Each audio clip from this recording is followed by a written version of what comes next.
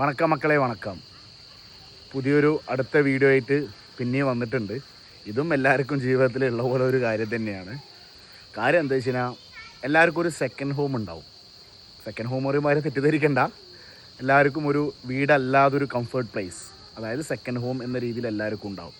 അത് കളിച്ച് വളർന്ന സ്ഥലമായിരിക്കാം, ചിലപ്പോൾ വേറെ അമ്മയുടെ വീടായിരിക്കാം, അച്ഛയുടെ വീടായിരിക്കാം, അങ്ങനെ പല സ്ഥലവും ഇരിക്കാം.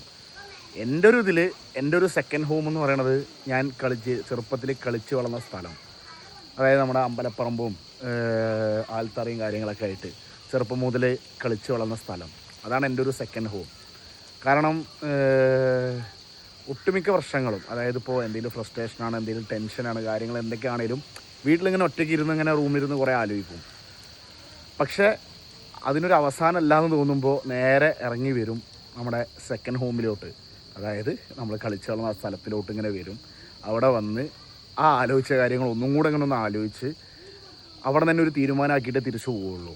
കാരണം അവിടെ നിന്ന് കിട്ടുന്ന ആ ഒരു കംഫേർട്ട്, നമ്മൾ ഈ പറയുന്ന പോലെ ഈ ഒരു പ്രായത്തിൽ, ഇപ്പോൾ എനിക്ക് 25-ാമത്തെ വയസ്സ്, ഈ 25-ാമത്തെ വയസ്സിൽ ഞാൻ ഇവിടെ ഈ ആൽത്തറയിൽ വന്നിരിക്കുന്ന സമയത്ത് ഞാൻ ആലോചിക്കുന്നൊരു കാര്യമുണ്ട്. ഈ ഗ്രൗണ്ടിൽ അതായത് ഈ അമ്പലപ്പറമ്പിൽ, ഇപ്പോൾ ഈ കാണുന്ന ഈ അമ്പലപ്പറമ്പിൽ ഒരു 10 വയസ്സ് മുതൽ കളിച്ചു വളർന്നൊരു സ്ഥലമാണ്.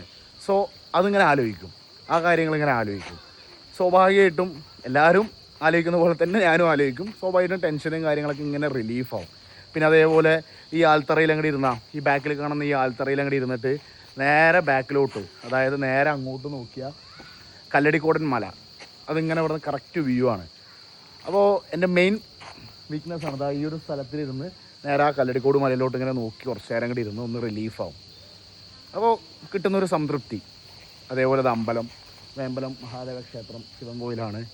ഈ അമ്പലമാണേലും എല്ലാം ഒരു ഓർമ്മയാണ്. കുറേ ഓർമ്മകൾ തന്നെയാണ് ഈ പ്രായത്തിൽ നിൽക്കുന്ന എന്നെപ്പോലുള്ള ബാക്കിയുള്ളവരാണേലും ഈ വീഡിയോ കാണുന്നവരാണേലും ഒരു 35 വയസ്സിൻ്റെ ഉള്ളിലവരാണേലും ഈ ടെൻഷനുകൾ റിലീഫ് ചെയ്യാനുള്ള ഏക ഒരു സൊല്യൂഷൻ എന്ന് പറഞ്ഞാൽ ഈ നൊസ്റ്റാൾജിൻ്റെ പിന്നാലെ പോകുമ്പോൾ തന്നെയാണ് പല ടെൻഷനുകളും പല കാര്യങ്ങളും നമുക്ക് റിലീഫ് കിട്ടുന്നതും പല ഡിസിഷനും നമ്മൾ എടുക്കുന്നതൊക്കെ. സോ ആ ഒരു കൂട്ടത്തിലാണ് ഞാനും. ഇതേപോലെ ഈ വീഡിയോ കാണുന്ന ഒരുപാട് പേര് എനിക്കറിയാം, പലവരും ഇങ്ങനെ ഒരു കൂട്ടത്തിൽ തന്നെ ആയിരിക്കും. ഈ നൊസ്റ്റാളജിൻ്റെ പിന്നാലെ പോയിട്ട് ഈ പറയുന്ന പോലെ പല കാര്യങ്ങളും ഒന്ന് ജീവിതത്തിൽ ചെയ്യുന്ന പല യാത്രകളാണേലും പല കാര്യങ്ങളാണേലും എല്ലാം ഒരു തരത്തിൽ പറയുകയാണെങ്കിൽ ഒരു റിലീഫ് തന്നെയാണ്. പല കാര്യങ്ങളിൽ നിന്നുള്ളൊരു ഒളിച്ചോട്ടൊന്നും പലതുമായിട്ട് അതിനെ വ്യാഖ്യാനിക്കാം, പല കാര്യങ്ങളുമായിട്ട് അതിനെ മാറ്റി എഴുതാം. ഇപ്പോഴത്തെ പിള്ളേർക്ക് അങ്ങനത്തുള്ള കാര്യങ്ങൾ ഉണ്ടോ എന്ന് ചോദിച്ചാൽ ഉള്ളവരുമുണ്ട്, ഇല്ലാത്തവരുമുണ്ട്. പക്ഷേ കമ്പാരിറ്റീവ്ലി ഈ പറയുന്ന പോലെ 90s എന്ന് പറയുന്ന കുറച്ച് ടീമുകൾ, നമ്മളെപ്പോലുള്ള കുറച്ച് ടീമുകളാണ് ഈ ഒരു കാര്യത്തോട് കൂടുതൽ ഒരു ഇമ്പോർട്ടൻസ് കൊടുക്കുന്നതും, ഈ നൊസ്റ്റാൾജിയും ഈ കാര്യങ്ങളിലൊക്കെ കൂടുതൽ ഇമ്പോർട്ടൻസ് കൊടുക്കുന്നതും. സോ വീഡിയോ കാണുന്നവർ ഇങ്ങനെ നൊസ്റ്റാൾജിയുള്ള, ഇങ്ങനെ സെക്കൻഡ് ഹോമുള്ള അവർക്കൊക്കെ വീഡിയോ ഒന്ന് ഷെയർ ചെയ്ത് കൊടുക്കുക. Okay, thank you.